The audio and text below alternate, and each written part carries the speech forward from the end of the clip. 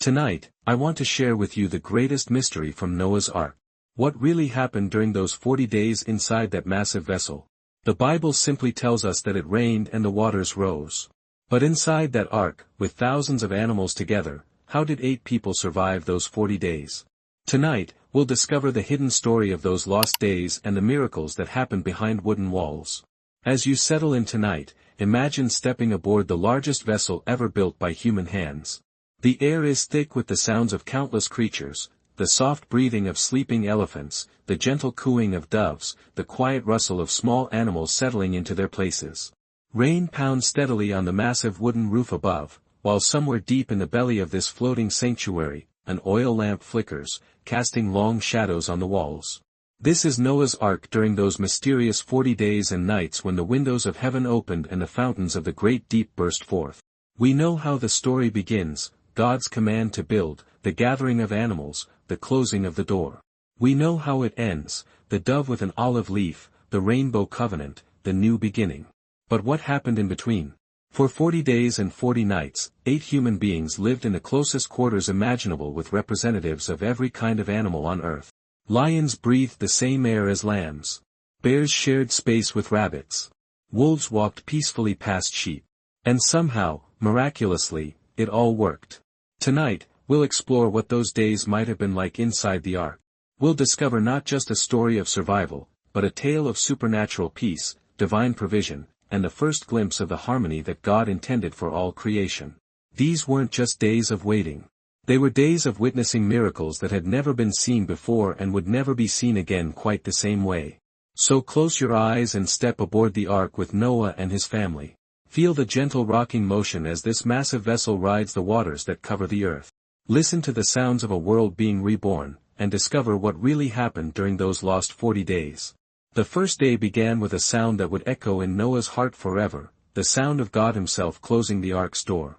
Genesis 7 verse 16 tells us, the Lord shut him in. This wasn't just a practical sealing, it was a divine declaration that those inside were under heaven's direct protection. Imagine the mixture of emotions as that final sound resonated through the ark. Relief that they had made it inside safely. Anxiety about what lay ahead. Wonder at the magnitude of what God was doing. And perhaps most overwhelming of all, the sudden realization that they were now responsible not just for their own survival, but for the continuation of all life on earth. Mrs. Noah might have been the one to light the first lamp as darkness settled over their floating home. The soft glow would have revealed an interior unlike anything the world had ever seen, carefully designed compartments stretching up multiple stories, with spaces perfectly suited for creatures large and small. Every detail had been planned by God himself, down to the precise measurements that would make this vessel stable in the waters that were about to cover the earth. The animals, having arrived by divine instinct over the past week, seemed to sense that something momentous was beginning. There was an unusual quietness, a supernatural calm that settled over creatures that should have been natural enemies. The lions lay down peacefully while zebras grazed nearby. Hawks perched quietly while mice scurried below, completely unbothered. As night fell on that first day, Noah would have walked through the ark's corridors, checking on their passengers, marveling at the peace that had descended upon this floating sanctuary. Outside, the first drops of rain began to fall, drops that would continue without ceasing for the next 40 days. That first night, as Noah's family settled into their sleeping quarters, they could hear the gentle patter of rain beginning on the roof above. None of them could have imagined that this would be the last normal rainfall they would ever experience. From tomorrow on, the rain would become a deluge unlike anything the world had ever seen. By the second day, the gentle patter of rain had become a steady drumming. By the third day, it was a constant roar. The fountains of the great deep had burst open, and water was coming not just from above, but from below as well. The earth itself was releasing the waters that had been stored in its depths since creation. But inside the ark, an amazing transformation was taking place. As the chaos outside intensified, the peace inside deepened. It was as if God had placed a bubble of tranquility around his chosen ones, protecting not just their bodies but their spirits from the terror of what was happening beyond their wooden walls. Shem, Ham, and Japheth quickly established routines for caring for the animals. Each had been assigned sections of the ark, and they moved through their duties with the efficiency of men who understood that every creature's life depended on their faithfulness. The feeding schedules alone would have been overwhelming. Some animals needed food every few hours, others could go days between meals. Some required fresh water constantly, others needed very little, yet somehow, there always seemed to be enough. The stores of food that had looked barely adequate when they were loaded now seemed to multiply as needed. Water collected from the rain outside stayed fresh and pure. Hay and grain remained dry despite the moisture in the air. It was as if God was performing quiet miracles of provision every day, ensuring that not a single creature went hungry or thirsty. Mrs. Noah and her daughters-in-law found their own rhythms. They prepared meals for the family, maintained their living quarters, and helped with the smaller animals and birds. But perhaps most importantly, they provided the gentle, nurturing presence that helped keep both human and animal spirits calm during these unprecedented days. As the water outside rose higher and higher, covering first the valleys, then the hills, then even the mountains, those inside the ark began to understand the magnitude of what God was doing. They were witnessing the unmaking and remaking of the world, and they were the chosen remnant who would carry life forward into whatever came next. By the second week, life aboard the ark had settled into miraculous routines. The supernatural peace that had descended on the first day had only deepened. Predators and prey lived side by side without a hint of their natural instincts taking over. It was as if God had temporarily suspended the natural order, giving everyone aboard a glimpse of what Eden had been like before the fall. Noah would wake each morning before dawn and make his way to the small window near the top of the ark. Looking out, he would see nothing but water stretching to every horizon. The familiar landmarks of his world had all vanished beneath the flood. Mountains that had seemed eternal were now hidden beneath the waves. Yet instead of despair, Noah felt a deep sense of purpose. They weren't just surviving, they were participating in God's plan for renewal. The daily care of the animals had become a worship service of sorts. Each feeding, each cleaning, each gentle word spoken to a frightened creature was an act of stewardship that honored the Creator. The three sons worked tirelessly, but they never seemed to grow weary. It was as if their strength was being renewed day by day, just like the food supplies that never seemed to run low. The women had discovered that many of the animals responded to music and gentle voices. They would sing quietly as they worked, and the creatures would calm at the sound. Birds would join in with their own songs, creating harmonies that echoed through the ark's chambers like a floating cathedral of praise. Mealtimes became precious gatherings where the family would share not just food, but observations about the day, wonder at God's provision, and quiet prayers of gratitude. They were witnessing miracles daily, the peaceful coexistence of natural enemies, the multiplication of supplies, the perfect stability of their vessel even in storms that would have destroyed any normal ship. Children born to the animals during this time seemed especially peaceful, as if they were being born into this supernatural state of harmony and carrying it in their very nature. It was a preview of the peaceable kingdom that prophets would later describe, where the wolf would dwell with the lamb and the lion would eat straw like the ox. By the middle of their journey, the ark was floating over waters that covered even the highest mountains. Psalm 104 verse 6 describes waters standing above the mountains, and from their floating sanctuary, Noah's family could see the truth of this description. They were literally above the world they had known, suspended between the old creation and the new. These were perhaps the most profound days of their journey. The rain continued its relentless drumming on the roof, but inside, time seemed to move differently. Days blended into each other in a rhythm of care, provision, and quiet wonder. The family had developed an almost telepathic understanding of each other and their charges. Words often weren't necessary, a glance, a gesture, and they knew what needed to be done. Noah spent long hours walking through the different levels of the ark, observing, thinking, and praying. He was seeing things that no human had ever seen before. Animals that would become mortal enemies in the new world were grooming each other, sharing food, and sleeping peacefully together. It was a living demonstration of God's original design for creation, perfect harmony, perfect peace, perfect provision. The nights were especially magical. With no artificial lights except their small oil lamps, the ark would settle into a gentle darkness filled with the soft sounds of sleeping creatures. The rain on the roof became a lullaby, the creaking of the wooden beams a gentle rhythm. And through it all, there was an undeniable presence, the knowledge that God Himself was with them, protecting them, providing for them, preparing them for what was to come. During these middle days, Noah began to understand something profound. This wasn't just about saving animals for the new world. This was about demonstrating what the new world could be like. This was God's preview of the restoration He had in mind. Not just for the earth, but for the relationship between all living things. The ark was both a rescue vessel and a vision, both salvation and prophecy. The family would gather each evening to share the day's observations and wonders. They spoke of animals helping each other, of supplies that never ran out, of the perfect temperature and air quality that somehow maintained itself throughout the vessel. They were living in a bubble of miracles, and they were beginning to understand that they were not just survivors, they were witnesses to the power and love of God. As the reign continued into its fourth week, a different kind of faith was required from Noah and his family. The initial excitement of survival had given way to the longer, deeper work of trust. They had no idea how long this journey would last. God had said the rain would continue for 40 days, but what then? How long would the waters remain? When would they see dry land again? Yet even in this uncertainty, the supernatural provision continued. In fact, it seemed to intensify. The animals showed no signs of stress or illness despite the confined conditions. If anything, they seemed healthier and more peaceful than they had been in the wild. Pregnant animals gave birth without complications. Young animals thrived in the close quarters. Old animals seemed to gain renewed vigor. Mrs. Noah noticed that their own food supplies, which should have been seriously depleted by now, remained abundant. Grain jars that should have been empty were still full. Water containers refilled themselves from the rain collected through ingenious systems that seemed to work perfectly without constant attention. Oil for their lamps never ran low, despite burning continuously for weeks. The three daughters-in-law had become closer than sisters during these weeks. They worked together seamlessly, caring for different sections of animals, sharing responsibilities, and supporting each other through the emotional challenges of their situation. They were the mothers of the new world, though they didn't yet fully understand the weight of that destiny. Shem, Ham, and Japheth had each developed special relationships with certain animals. Shem seemed to have a particular gift with the large mammals, elephants, cattle, and horses.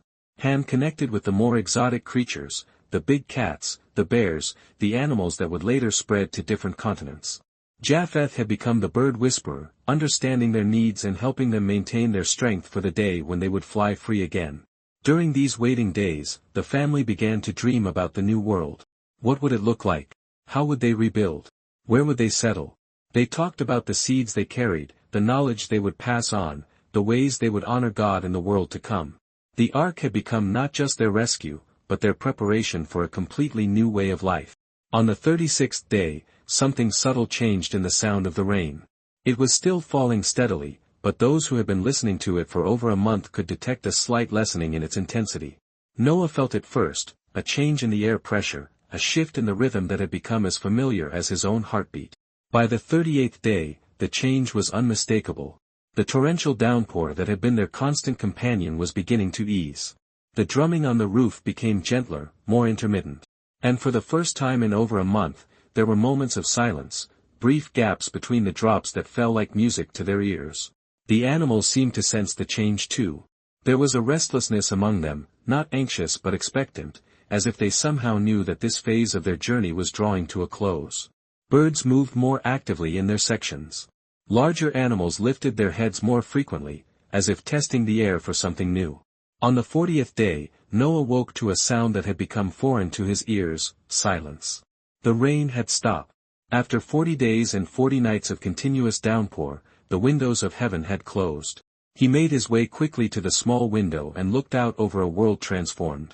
Water stretched to every horizon, calm and still under a sky that was beginning to clear. There was no land visible anywhere, but there was something different about the light. The oppressive darkness that had hung over them was lifting. Shafts of sunlight broke through the clouds, turning the endless waters into a sea of gold and silver. The family gathered at the window, hardly able to believe what they were seeing. After 40 days in their floating sanctuary, they were still alive, still together, still surrounded by the miraculous peace that had sustained them. The rain had stopped, but their journey was far from over. The waters that covered the earth would take many more months to recede. But this was a milestone, a sign that God's judgment had been completed and His mercy was beginning the next phase. That night, as they settled into sleep for the first time without the sound of rain on the roof, there was a different quality to the quiet. It was the silence of completion, of a job well done, of faithfulness rewarded. They had survived the 40 days that had unmade the old world. Now they would wait for however long it took for God to prepare the new one. As we look back on these 40 days, it's important to understand that survival was just the beginning of what happened on the ark. The greater miracle was the transformation that took place within those wooden walls, a preview of the restoration that God had in mind for all creation. Consider the miracle of peace. Natural enemies lived together without conflict. Predators lost their desire to hunt. Prey animals felt no fear. This wasn't just supernatural intervention, it was a return to the original design, a glimpse of Eden restored. The ark became a floating paradise where the curse of enmity between creatures was temporarily lifted. Consider the miracle of provision. 8 people and thousands of animals survived for months on supplies that should have lasted only weeks. Food multiplied as needed. Water stayed fresh and pure. Waste was somehow managed without creating the disease and contamination that should have been inevitable in such close quarters. God was providing not just what they needed to survive, but everything they needed to thrive. Consider the miracle of health. In conditions that should have produced rampant disease, every creature remained healthy. Births occurred without complications. No animals died from stress or illness. The air quality remained breathable despite the thousands of creatures sharing the same space. It was as if the ark existed in a bubble of perfection, protected from the normal consequences of such confinement. Most importantly, consider the miracle of hope. Despite being surrounded by the destruction of everything they had known, despite facing an uncertain future, despite the overwhelming responsibility they carried, Noah's family never despaired. They maintained their faith, their purpose, and their vision for the future. They emerged from the ark not traumatized by their experience, but transformed by it. The 40 days on Noah's ark teach us profound truths about God's character and his plans for his people. First, we learn about God's protection. When judgment falls on the world, God provides a way of escape for those who trust him. The ark wasn't just physical salvation, it was spiritual sanctuary, a place where God's presence was so real that it transformed everything it touched. We learn about God's provision. He doesn't just meet our basic needs, he provides abundantly, even in the most challenging circumstances. The family on the ark didn't just survive, they were blessed with peace, health, and hope that sustained them through their long ordeal. We learn about God's purposes. The ark wasn't just about rescue, it was about renewal. The 40 days weren't just about waiting out the flood, they were about preparing for the new world. Every day on the ark was training for the life to come, every challenge was preparation for greater responsibilities ahead. We learn about the power of community. The 8 people on the ark had each other, and that made all the difference. They shared the work, shared the wonder, shared the hope. They supported each other through the difficulties and celebrated together the daily miracles they witnessed. Most of all, we learn about the restoration that God has in mind for all creation. The peace between predator and prey, the harmony between human and animal, the perfect provision for every need, these weren't just temporary supernatural interventions. They were previews of the new heaven and new earth that God promises to create, where the wolf will dwell with the lamb and there will be no more death or crying or pain. As you rest tonight, remember that the God who protected Noah and his family in the ark is the same God who watches over you. The one who provided for every need during those 40 days is still providing for his people today. The peace that filled that floating sanctuary can fill your heart as well. The story of the 40 days on Noah's ark reminds us that even in the midst of God's judgment, his mercy provides a way of escape. Even when the familiar world is being swept away, God is preparing something new and better. Even when we can't see the future clearly, we can trust that he is guiding us safely through the storm.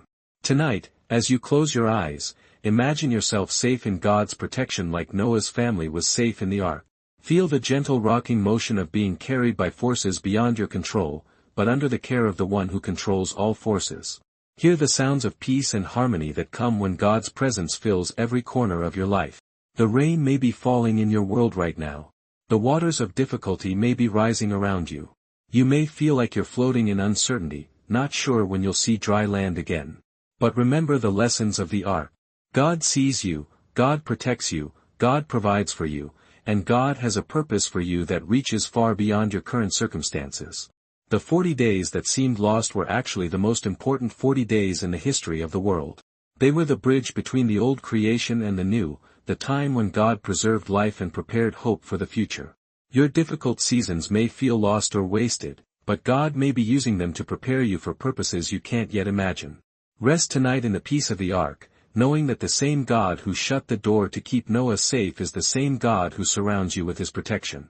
The same God who provided for every creature on the ark is providing for every need in your life. The same God who brought Noah through the flood will bring you safely through whatever storms you face. Sweet dreams, and may you wake tomorrow with the hope of seeing God's rainbow promise shining in your own sky. Good night, and may you rest in the ark of God's love, safe and secure no matter what storms may rage outside. Asterisk.